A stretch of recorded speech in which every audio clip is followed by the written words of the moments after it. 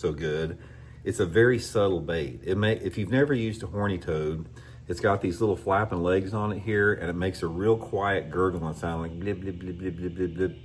It's not near as loud as like a buzzbait or a whopper plopper or most topwaters. It's very, very subtle coming across the surface.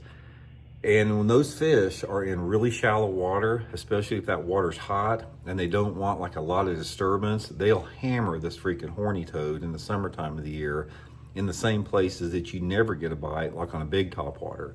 So first of all, let's talk a little bit about how you want to rig this thing, and then we're going to talk about the situation that works in.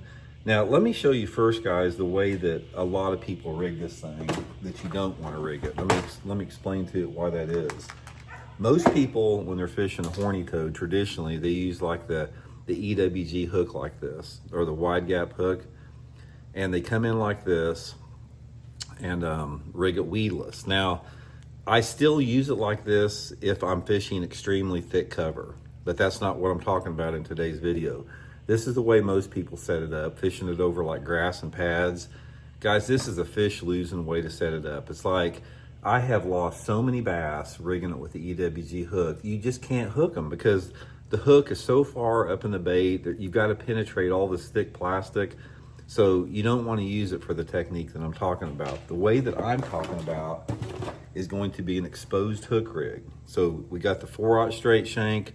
I'm going to be coming in on the, doesn't really matter, you can come in on the top side or the underside, because I'll explain why in a second.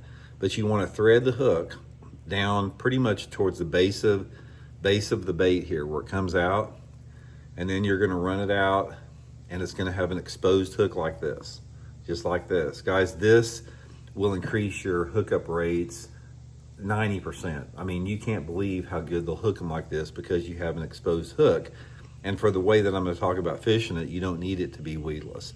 Now, one thing that you're going to notice on this horny toad when you cast it out like this is you'll cast it out one time and it rides up like that with the hook up, and then you'll make another cast and all of a sudden the bait comes out back riding with the hook down.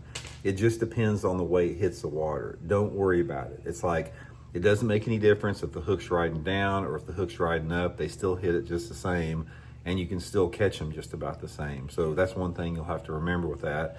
And then on the horny toad, when I'm fishing this technique, I'm fishing it on a flipping stick with 20-pound test Seaguar and Vizex fluorocarbon line. I don't use braid for this technique because I want a little bit of line stretch.